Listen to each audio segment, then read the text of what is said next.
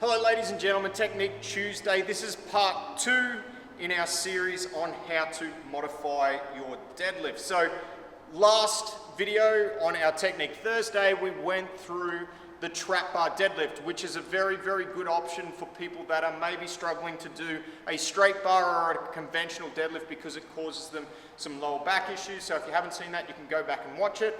Today I'm going to take you through some options that we use and most commonly used or widely used in order to actually scale back the deadlift for somebody who maybe has trouble taking it from the floor. Now, I want to preface this by saying it depends on what the application of the deadlift is going to be for you. Obviously, the advice needs to be individual. What we're giving out here is very broad advice, but if you are looking to compete in a sport like powerlifting, or even you're looking to do some fast exercising where there's going to be a deadlift component in a workout, you are going to need to do it from the floor to adhere to the rules of competition. What I am talking about here is using the deadlift as a strengthening movement, which can be a very powerful tool to help strengthen the glutes, the hamstrings, and the lower back, and not somebody who is looking to compete in a sport where that deadlift needs to be taken from the floor.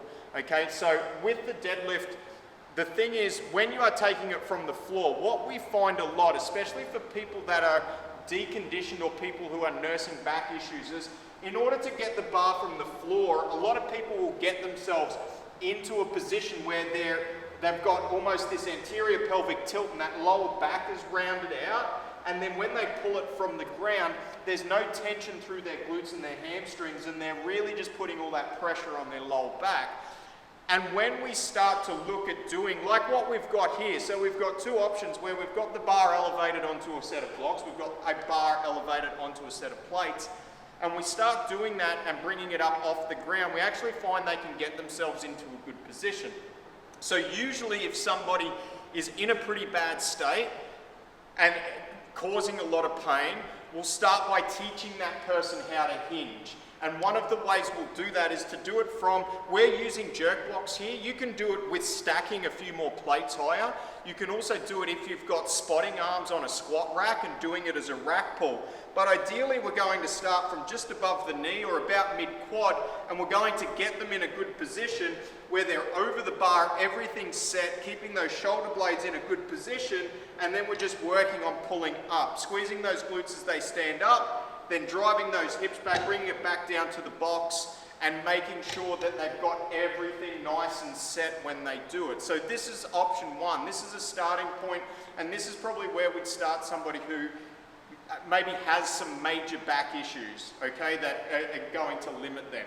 And then from there, we can slowly progress that height down. Now, we don't actually have to progress the height down, okay? We don't have to get closer to the ground, and we don't ever really have to take it from the ground if you are just trying to use this movement as a pull to help strengthen your body, okay? I don't let anybody tell you any different. If that is all you are using the deadlift for, there is no reason for you to have to take it from the floor.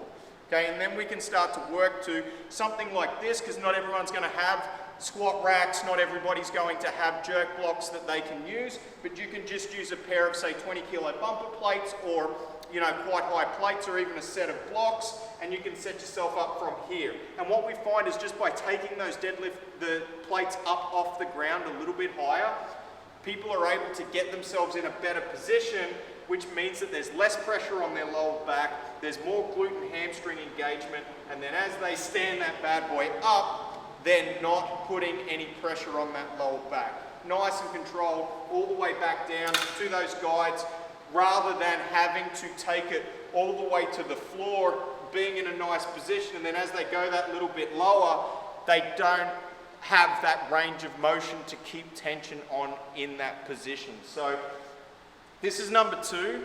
There are so many different levels to this, and you can start as high as you want, even starting mid-quad, and then progressing it down as low as you can.